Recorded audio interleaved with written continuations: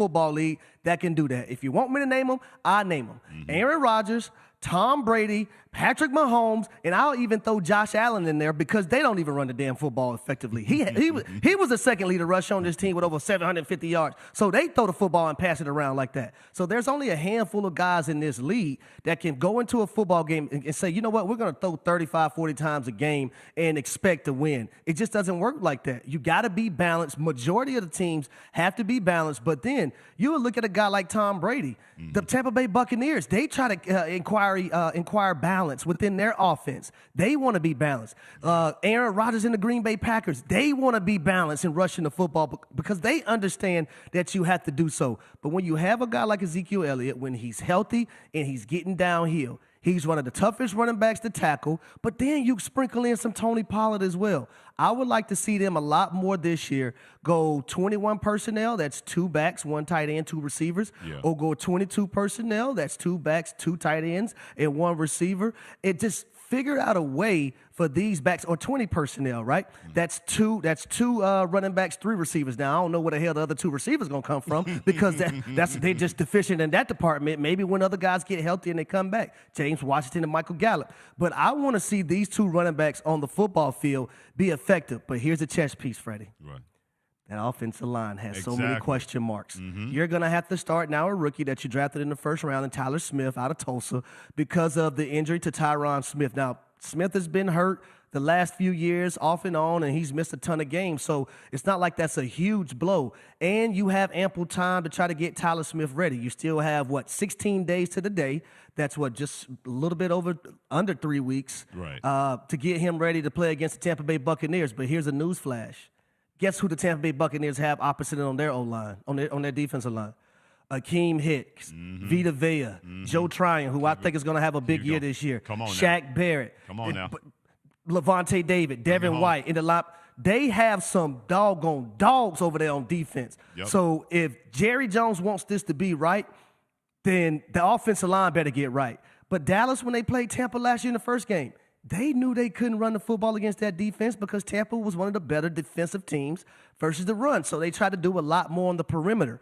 When you don't have an Amari Cooper, when you don't have a Michael Gallup out there, how are you going to get those plays? You have to utilize Tony Pollard in the correct ways. So I'm putting this onus on Kellen Moore. Be more dynamic in your run scheme and your run game so this run game can help Dak out a lot more because he already has a ton on his shoulders. Harry Douglas and Freddie Coleman and Keyshawn, J. Will and Max, and ESPN Radio and ESPN2. Here's the deal with Jerry Jones. This is what happens when you're in the helicopter way too long with Stephen A. Smith before first take happens. Because Jerry Jones was feeling the moment. Everybody's down there at the Star in Frisco, Texas. Stephen A. Smith didn't have the cowboy hat. He and Molly Curran, Michael Irvin. Jerry Jones loves himself some Jerry Jones. He loves himself some Dallas Cowboys. But he also knows this. The way the Cowboys are going to be successful is that they have to get back to the 1990s. They got to get back in the hot tub time machine. And he wants Ezekiel Elliott to do for his quarterback, Dak Prescott, what Emmitt Smith did for Troy Aikman, where the passing game complemented the running game and not the other way around. Jerry Jones has put it out there. Hey, Zeke, I'm putting this on you. Yeah, the offensive line's in flux. Dak Prescott, this is his football team, but I'm putting this on you. I know what kind of running back and what kind of bell cow, to use that old word, that you can be for this team, not just offensively but defensively. This is Jerry Jones' way of reducing pressure on the guy that he gave the most money to, and that is Dak Prescott. Because Jerry Jones has seen the more pressure that's on Dak Prescott, the Cowboys don't seem to rise above that level. And that's not to say that Dak Prescott can't do it. But Jerry Jones is trying to reduce that pressure to say, we know we need our quarterback to be exceptional. We need our quarterback to be extraordinary. But, hey, Zeke, it can't just be on Dak.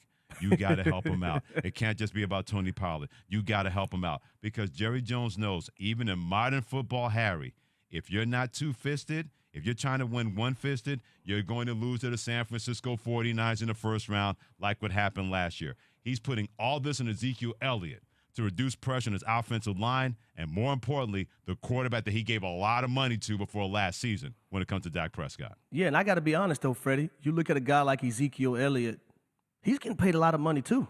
So they need him to step up and perform this year and be even better than he was last year. Now, granted, he was injured, but when I look at the Cowboys' schedule, right, in the first game of the year, They're going against the Tampa Bay Buccaneers, who we understand has Tom Brady. They played them the first game of the year last year. It was a shootout. It was phenomenal. But the Tampa Bay Buccaneers came out with that victory. That's on Sunday Night Football. Then week 2, they're going against the Cincinnati Bengals.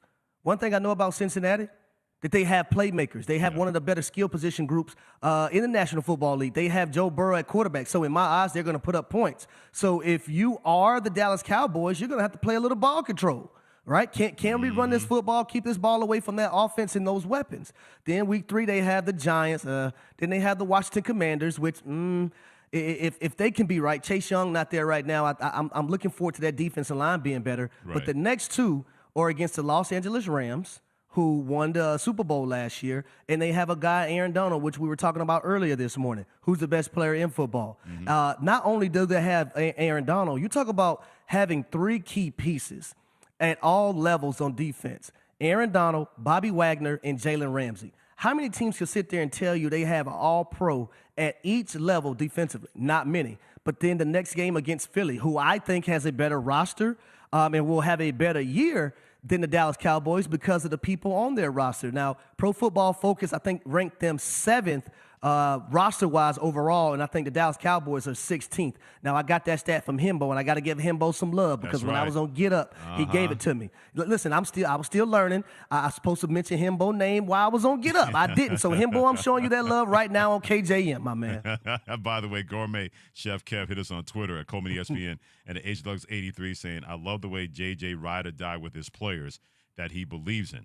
I can't stand the Cowboys, but the owner will die on a hill for them. There's no doubt about that Jerry Jones loves that team and loves everything that team represents. They are the most valuable franchise in sports in the United States when it comes to the Dallas Cowboys. But he doesn't want that value to just be what I like to call paper tiger value, where you're that valuable, but you have not won a championship since 1996. That was the last time the Dallas Cowboys were in the Super Bowl. He is sick and tired of the Cowboys being talked about but having nothing to show for it. Dak Prescott is tired of that too, because even Dak Prescott said, hey, I still believe in this football team. If you don't believe in us, then what are we doing here? Then you don't need to be here.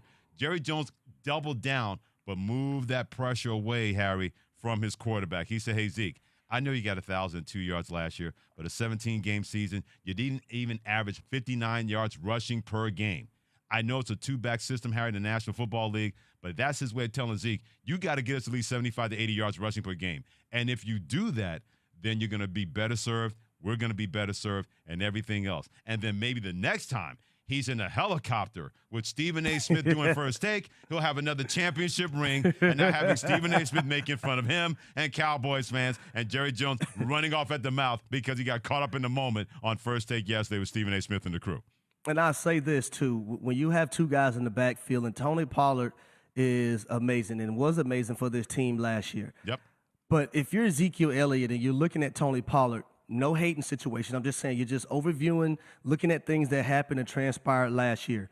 Tony Pollard had 100 less carries than you last year and only had a little bit under 300 yards short of what you had. 719 and 5.5 per carry. Yep. You have to be more productive. And both of these running backs you can utilize in the pass game. I remember the year before last, Ezekiel Elliott being one of those guys that you can give the ball to on a screen or a swing pass, and you can count on him getting you 10, 12, 15 because he's so hard to tackle in the open field. Secondary defenders are not going to want to come up and tackle Ezekiel Elliott one-on-one in the open field. It's just plain out and day not going to happen. So you utilize him in those ways. He was hurt last year, so you didn't really want to, but you have 2 phenomenal backs who can not only rush the football, but can catch the football out of the backfield, utilize it, and take advantage of opposing defense. Ball security, because that's an opportunity. There's another play later on in the game, maybe it was early second quarter or late in the first, where he rolled out to the left, or there was pressure, he slid to his left, and he threw it, and somebody tipped it. And, it, one of those plays where it's like, oh, just incomplete. But that was really close to a fumble. Right. And so for me, this game, I didn't see, like I said, there was a throw that he missed. There was a roll. There was an early play where he avoided Jerry Hughes and kind of skipped one in the ground. But for me, I'm saying, hey, defense, when we play this guy, if he does decide to scramble, get that ball out. Trampoline off of that, by the way, Sam Acho joining Freddie Coleman, Harry Douglas on Keyshawn, J. Will, and Max on ESPN Radio and ESPN2. How much of a reservation should the 49ers have about moving on from Jimmy Garoppolo despite giving the keys to the kingdom to Trey Lance, a quarterback, Sam? They should have no reservation. Okay. They should have no reservation whatsoever. This is the decision they made. I think it's a great decision. I mean, season doesn't start for another 2 weeks and maybe some change. And so even like there's going to be a learning curve that Trey Lance experiences, and that's normal. That's very normal. And so there shouldn't be any reservation. They've made their decision. I'm sure y'all have heard the phrase, a double-minded man is unstable in all his ways. Well they are done. of a singular mind. They know, and I believe them, right? Kyle Shanahan offensively, they've been second in yards per attempt the last 2 years, only behind MVP Aaron Rodgers. So I think Kyle Shanahan knows what he's doing, but he also knows where he wants to go. And so there shouldn't be any reservations whatsoever because there's going to be growing pains. And also, we haven't even seen those yet because it's just the preseason. Now, yesterday, Jerry Jones happened to be on First Take, and boy. Jerry loves attention. He loves the camera, but he also said on First Take that Ezekiel Elliott has to be the focal point of that offense, and he has to be the engine. Do you agree with that take? I don't. I don't. Amen. And I hear where he's coming from, and he's got the keys, right? He's giving out the keys to everybody. Like it's his show. It's Jerry's world, right? The stadium it's Jerry's world is what people call it in Texas. And so in Jerry's world, we're living in it. But in a lot of ways, if you just look at the stats, in their 6-game winning streak last year, remember like week 2 to week 7 or week 8, there's a bye week in there when they averaged like 150-something yards per game rushing. It wasn't just Zeke. It was Zeke and Tony Pollard. Each of them averaged over 5 yards